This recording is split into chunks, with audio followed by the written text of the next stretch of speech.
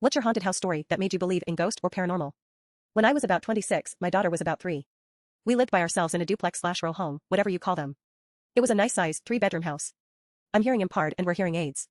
So I had one of those video cameras you put in your child's room. So you can hear and see them. Being she's my only child, she would play in her room a lot of times while I would either be cleaning or watching TV downstairs. She had this really cute little table and with 4 chairs, Disney princess set. She was big into playing with her dolls and teacup set. She would always talk and carry full conversations with them. Not thinking anything of it, she would do this daily. Figured she just had an overactive imagination. She was really smart for her age and talked with a very advanced vocabulary. She would always talk about a little girl named Ashley when she was playing by herself. Once again, not thinking anything about it. Well, downstairs I had a fireplace that wasn't used anymore.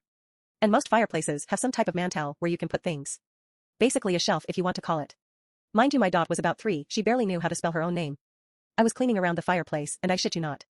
There on the bottom of the fireplace in red crayon is the name Ashley. So I'm thinking at this point something is not setting right. I have my child talking to her imagery friend named Ashley. I just now discovered the name Ashley under the fireplace. So then I proceeded to ask her questions about her friend. A 3-year-old should not be going into great detail about her friend. She then tells me in detail what this Ashley person looks like. Telling me she's about 6 or 7 years old, long black hair, and is missing her face. Okay, now shit is getting really weird. I ask her to draw mommy a picture. She draws me a picture of this little girl and a fire. Which explains her face. I'm starting to kind of freak out a little. Then things start happening in our house. Things start coming up missing and put in random places. I start feeling cold spots near the upstairs and in the basement. So then we're both watching TV downstairs. You know, as a parent, the ones who are parents in this thread, when you cuddle with your little one and they fall asleep on you. I'm half asleep and I shit you not, I am paralyzed, I can't move. I see this image of the little girl my daughter has been telling me about for months. Red dress, long black hair, and her face is literally burnt. I'm frozen in fear and I have my daughter dead asleep on my chest. I finally have enough courage and control to tell this little girl, you don't belong here, go into the light and go home to God.